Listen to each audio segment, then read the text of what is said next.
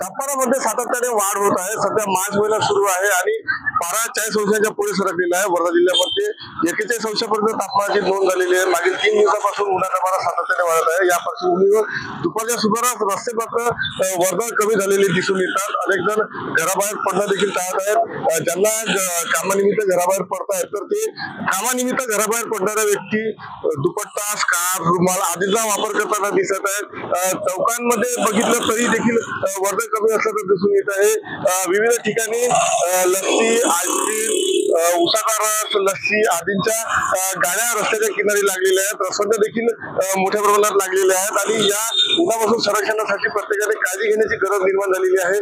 प्रशासनाच्या वतीने उष्णतेच्या लाटेचा इशारा देखील देण्यात आलेला आहे आणि या अनुषंगाने उन्हापासून संरक्षणासाठी प्रत्येकाने काळजी घेण्याची गरज निर्माण झालेली आहे। महेश गुंजाळ, TVNN मराठी, वर्धा।